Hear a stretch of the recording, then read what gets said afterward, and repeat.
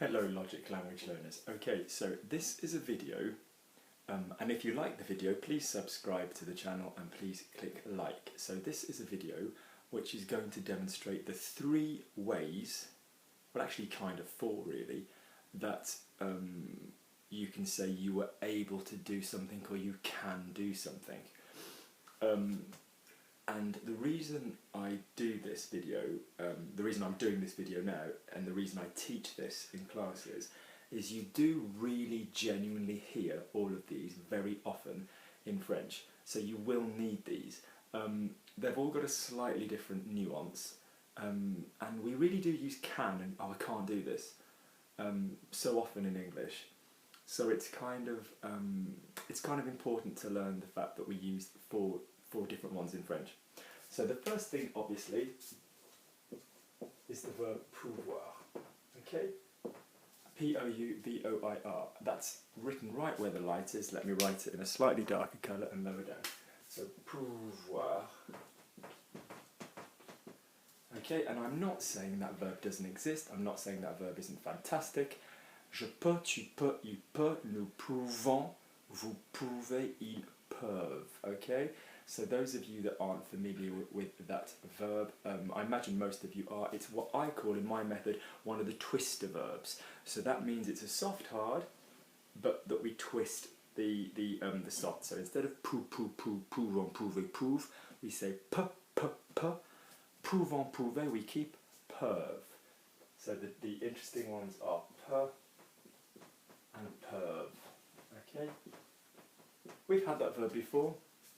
If you go back through my videos and look at twister verbs, you will find it. So, this is our first and most obvious verb. People often confuse this, even in English, because to be able to is the name of the verb, and we often say I can.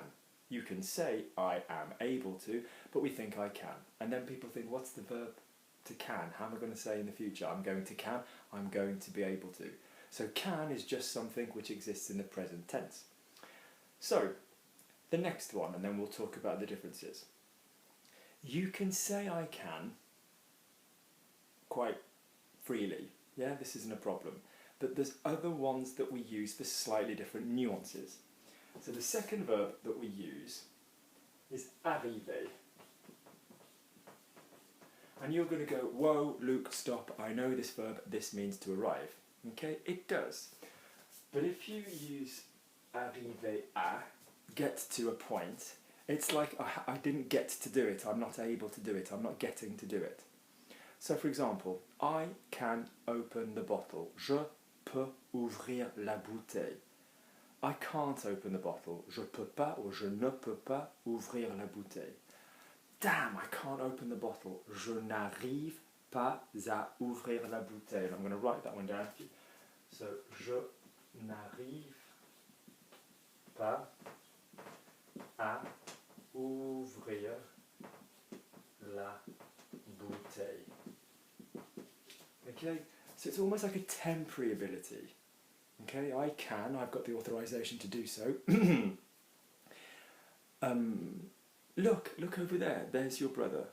I can't see him, je peux pas le voir. But we're more likely to say for temporary ability, je n'arrive pas à le voir, j'arrive pas à le voir. Okay, j'arrive pas à le voir. Depending on how much you want to do the linking, okay? So that's one to use. Now, the next verb is savoir. And you're going to go, I know that verb means to know. And this is the one we use with a skill. So if arriver is one we use for temporary ability, savoir is one we use with a skill. So for example, I can speak French. In French you will often hear, je sais parler, français, je sais parler français. He can do the splits, even if it's a physical thing, he can do a forward roll. Il sait faire le grand écart, the big divide, the big split. That's how you say splits in French. Bit niche vocabulary, but you take my point. Even if it's a physical ability, we'll still often, if it's a skill, say, je sais le faire. So if you say to somebody, can you do it? We'll often say, tu sais faire, you know what you're doing. It's kind of like you know how to do it. So that's the other one. Now, one more in terms of succeeding to do something is réussir. Let's put it here. So réussir. No, it's too low there. Réussir. Okay, réussir. R-E with the accent, U-S-S-I-R. Réussir. Now, this verb is fantastic. It's very common to hear this in the past. Je réussis pas, j'ai pas réussi. Ah, and it's another one with ah. Okay? So savoir has no a, pouvoir has no a, réussir has an a, arriver has an a.